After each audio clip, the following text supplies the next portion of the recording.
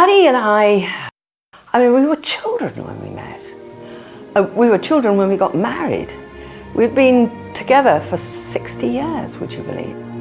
Man and boy, girl and old bag, which was a hell of a long time.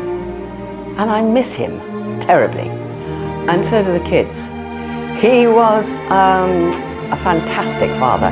He wasn't a very good hands-on father of babies. He only ever changed one nappy. And I don't think he ever cooked a meal that was edible for the children. But he took them on adventures. I can remember when I worked in the Liberal office. Our office was upstairs over the Liberal Club at the top of a very drafty staircase, and we used to keep the door closed in winter. But we always knew when Paddy came in on a Friday morning, because there would be this almighty crash as he flung the doors open, bounded up the stairs and said, "You're deliberately keeping my constituents out." Well, I first met Paddy in 1989, and I still wasn't signed up to the Liberal Democrats.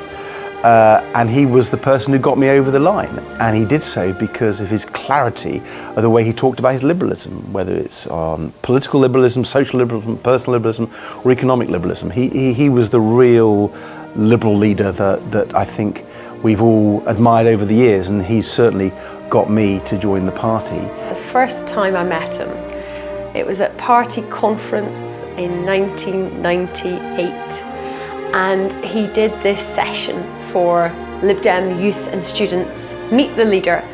He came into the room, turned the chair around the wrong way, sat astride it, took his jacket off, and he was there ready to answer our questions and engage in some good debate with the next generation of the party. And that accessibility, that openness, those were hallmarks of Paddy. Paddy was what in politics sometimes seems like a contradiction. He was a passionate man of reasonable convictions.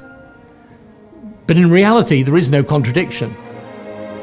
He was a patriot, but committed to a country celebrating its diversity. He was an advocate of constitutional change, but always designed to enhance our democratic traditions and not destroy them. He was pro-Europe because he was pro-Britain, and he hated the notion that to be more British, you had somehow to be less European. He could be impetuous, he could be wrong, I mean, like anybody, but as so many people have said, his energy, his enthusiasm, his curiosity, all of that was inspiring. But the thing that inspired me the most was that he had no cynicism. In a world of such cynicism in politics, he always believed that politics was important, that what we did was important, and that politics could be a force for good. And that was, I think it was one of the reasons why he always made everybody around him bigger and better than they otherwise would be.